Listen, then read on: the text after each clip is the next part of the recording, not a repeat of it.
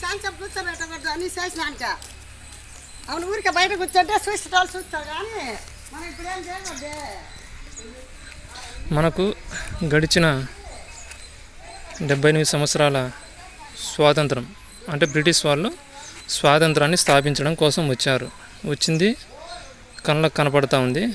స్వాతంత్రం అంటే ఎవరికి రాక్షసులకు స్వాతంత్రాన్ని స్థాపించడం కోసం బ్రిటిష్ ఇయర్లో మొత్తం ప్రపంచవ్యాప్తంగా విస్తరించి స్వాతంత్రాన్ని స్థాపించి ఒకే వ్యాప్తంగా ప్రపంచవ్యాప్తంగా ఒక సంవత్సరం అటు ఇటుగా అన్ని చోట్ల స్వాతంత్రాన్ని తీసుకొని రావడం జరిగింది. మరి స్వాతంత్రాన్ని తీసుకొచ్చి మరి బ్రిటిష్ ఇయర్ల రాజ్యాంగం బ్రిటిష్ ఇయర్ల శాసనాలు ఏం చేస్తున్నాయి భూమండలాన్ని అంటే ఈ విధంగా మనకు కళ్ళెదురు కనపడుతుంది. రోజుకొక రకంగా మొదట చుట్టుగుడిసెలకు నిప్పు పెట్టడం దగ్గర నుంచి కొటాలకు నిప్పు పెట్టడం దగ్గర నుంచి ఈ విధంగా ఇల్లులు కట్టడం వరకు మొత్తం కళాలై గ్రామీణ కట్టుబాట్లను నాశనం చేసి రెడ్డీకరణాన్ని తీసేసి ఏ విధంగా బ్రిటిష్ ఇయర్ల తొత్తుగాళ్ళు కుట్రపూరితంగా గ్రామీణ వ్యవస్థను సర్వనాశనం చేసే విధానాన్ని ఏ విధంగా గడిచిన 78 సంవత్సరాల నుంచి చేస్తున్నారో మనం చూడవచ్చు.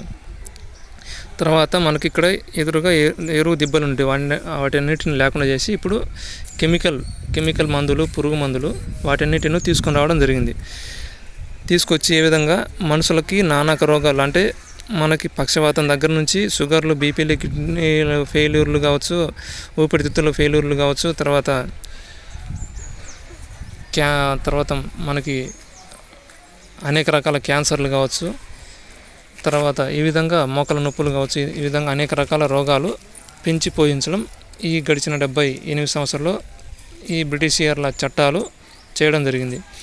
మరి ఆ దుర్మార్గపు చట్టాలు శాసనాలు ఎన్నికల వ్యవస్థలు ఈ విధంగా గ్రామాలను మనకు కళ్ళెదురుగా కనపడుతుంది. ఏ విధంగా శరవేగంగా రావణ లంక నిర్మాణం విస్తరణ పనులు ఏ విధంగా చకచక వేగం పుంజుకొని ఏ విధంగా చేస్తున్నారో మనం కళ్ళ ఎదురుగా చూడవచ్చు.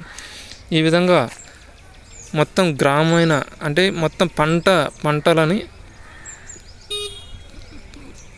ఏ విధంగా కాపాడుకోవాలో వ్యవస్థలన్నిటిని ఉండేటివి అవన్నిటిని తుడిచిపెట్టేసి మొత్తం గ్రామీణ వ్యవస్థనంతా నగరాలుగా తీర్చిదిద్దడం జరుగుతూ ఉంది. ఈ వ్యవస్థను ఎంత వీలైతే అంత వేగంగా నిర్మూలిస్తే తప్ప గ్రామాలు బాగుపడడానికి అవకాశం లేదు.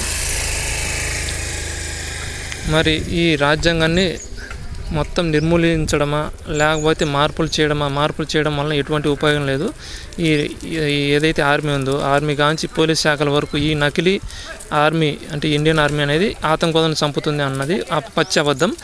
ఆతంకవాదాన్ని పెంచి పోషించేది కూడా ఆ రక్షణ కవచంగా ఇండియన్ ఆర్మీ అనేది నిలుస్తుంటుంది. కానీ అందులో పనిచేసే ఆర్మీ జవాన్లకు మాత్రం ఎవరికి కూడా తెలియదు. ఆర్మీ జవాన్లకు కానీ అది ఇండియన్ ఆర్మీనే ఉగ్రవాద సంస్థ అని ఆర్మీ జవాన్లకు తెలియదు. మరి అధికారులు ఎవరైతే ఉన్నారో వాళ్ళు స్టార్లు భుజాల మీద పెట్టుకొని వాళ్ళని చూస్తే గజ వణుకుతారు ఆర్మీ జవాన్లు. ఆ ఆర్మీ జవాన్లు అధికారులను చూస్తే గజ వణుకుతారు. ఆ అధికారులు ఎవరు చెప్పు చేతుల్లో ఉంటారంటే వాళ్ళ భార్యల చెప్పు చేతల్లో ఆ భార్యలు ఈ రాక్షసుల చట్టాలకు లోబడి వాళ్ళు ఉంటారు. ఈ విధంగా వ్యవస్థ అంతా ఒకరి చెప్పు చేతుల్లో ఒకరు ఉండే విధంగా ఈ రాజ్యాంగ రూపకల్పన చేయడం జరిగింది.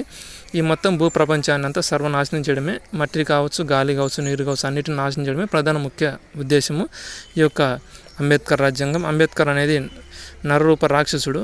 ఆ నరరూప రాక్షసుడిచే రూపొందించబడిన రాజ్యాంగ ఫలాలు ఇక్కడ ఏదైతే జరుగుతున్నాయి గ్రామాల్లో శరవేగంగా ఈ మొత్తం అన్నీ నాశనం చేస్తున్న రెడ్డీకరణాన్ని ఏ విధంగా తీసేసి ఈ రాష్ట్ర స్థాయిలో ఈ టీడీపీ ప్రభుత్వం ఏదైతుందో చంద్రబాబు నాయుడు కావచ్చు ఎన్టీ రామారావు కావచ్చు రెడ్డీకరణాన్ని పీకి పడేసి వీఆర్ఏ అంటే ఇంగ్లీష్ పాలనను తీసుకొని రావడం జరిగింది. ఆ ఇంగ్లీష్ పాలన తీసుకొని రావడంలో ప్రముఖంగా టీడీపీ పార్టీ అనేది ప్రముఖ పాత్ర వహించింది. ఇది ఈ గడిచిన 78 సంవత్సరాలు జరుగుతున్న విధ్వంసాలు ఒక్కొక్కటిగా మనము ప్రజల ముందు ఉంచడం జరుగుతుంది.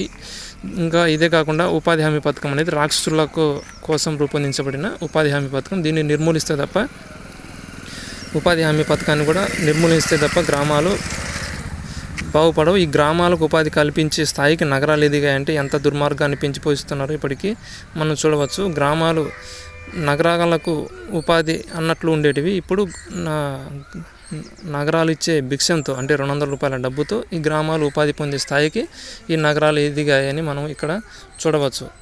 ఈ ఏదైతే మన కళ్ళెదురుగా బస్సులు వస్తున్నాయి ఇవన్నీ నగరాల నిర్మాణ నగర విస్తరణ అదే రాక్షస విస్తరణకి ఈ ఎడ్యుకేషన్ సిస్టమ్ మినిస్ట్రీ పనిచేస్తూ ఉంటుందని ఈ ఎడ్యుకేషన్ మినిస్ట్రీ అనేది బ్రిటిష్ తీవ్రవాదుల క్రైస్తవ మతానికి సంబంధించింది. అంటే సిలువ అంటే మంచికి సిలువ వేయడం, దుర్మార్గానికి స్వేచ్ఛని ఇవ్వడం అనే ప్రధాన కుట్రతో పనిచేస్తూ ఉంటాయి.